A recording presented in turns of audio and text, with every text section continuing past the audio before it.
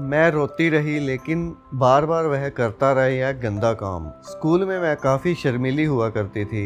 पढ़ने में ठीक ठाक, आंखों पर चश्मे के साथ बालों में तेल हुआ करता था और घुटने से नीचे तक स्कर्ट पहनी थी। पर जैसे ही मैंने 10वीं पास की मेरा चश्मा लेंस में बदल गया, स्कर्ट शर्ट हो गई और बाल ट्रिम हो गए। 12वीं तक आते आते मैं स्कूल में काफी पॉपुलर हो चुकी थी। कहने का मतलब है कि मैं एक भद्दी लड़की से खूबसूरत सिंड्रेला बन चुकी थी। बोर्ड का एग्जाम खत्म होने के बाद छुट्टियां बिताने के लिए मैं अपनी कजन के यहाँ चली गई। एक दिन जब हम अपनी गाड़ी से जा रहे थे तब रोड में विंडो सीट के सामने एक गाड़ी का शीशा धीरे से उतरा। उसमें से एक लड़का बैठा हुआ जो लगातार मेरी ओर घूरे जा रहा था। छुट्टियां खत्म हुई और मेरा रिजल्ट निकला। तभी मुझे एक अज्ञात नंबर से फोन आया। मुझे बताया कि ये लड़का मुझसे कितना प्यार करता था। जैसे ही ये शब्द मैं सुन रही थी मेरे दिमाग में उसी लड़के का चेहरा घूम रहा था जो मुझे उस दिन अपनी गाड़ी के शीशे से घूर रहा था। यह वही लड़का था जो अपनी कैसनोवा इमेज के लिए जाना जाता है। मैं एक सिंपल और एक वर्जिन लड़की थी।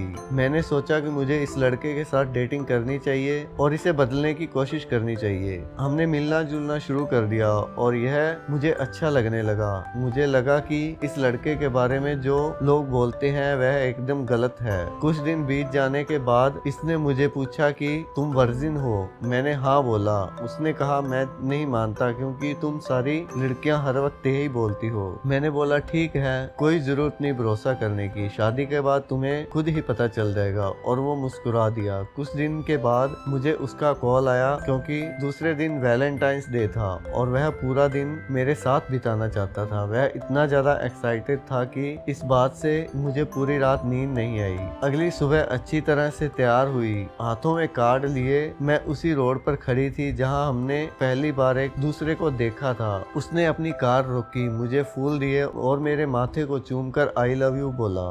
रास्ते में मैंने उससे पूछा हम कहाँ जा रहे हैं। तब उसने कहा कि उसने मेरे लिए अपने दोस्त के घर एक स्पेशल प्लान बनाया है। देखते ही देखते हम एक बड़े से बंगले में पहुंचे। मैंने देखा कि दरवाजे से एक लड़का निकला और दोनों ने एक दूसरे को आंख मारी और उस लड़के ने बोला ऑल द बेस्ट भाई एंजॉय। वह मुझे फूलों से सजे एक रूम के अंदर ले गया और किस करने लगा। हमने केक काटा। मैं उससे बोलने वाली थी कि मैं उससे बेहद प्यार करती हूँ लेकिन वह मेरी लाइफ का पहला प्यार है। लेकिन वो मेरी जीन्स के बटन खोलने में इतना बिजी था कि वह कुछ भी सुनने को तैयार नहीं था। मैंने बोला कि मैं अभी इस चीज के लिए रेडी नहीं हूँ लेकिन वह यह चेक करना चाहता था कि मैं वर्जिन हूँ या नहीं। मैंने उससे लड़ने की कोशिश की, उससे दूर जाना चाहा लेकिन उसने मुझे बिस्तर पर धक्का दे दिया। मैं बिस्तर के किनारे पर पड़ी थी और उसने मुझसे वहीं बलात्कार किया। मैं रो रही थी और छोड़ने की जिद कर रही थी लेकिन वह एक ही नहीं सुन रहा था। उसने मेरा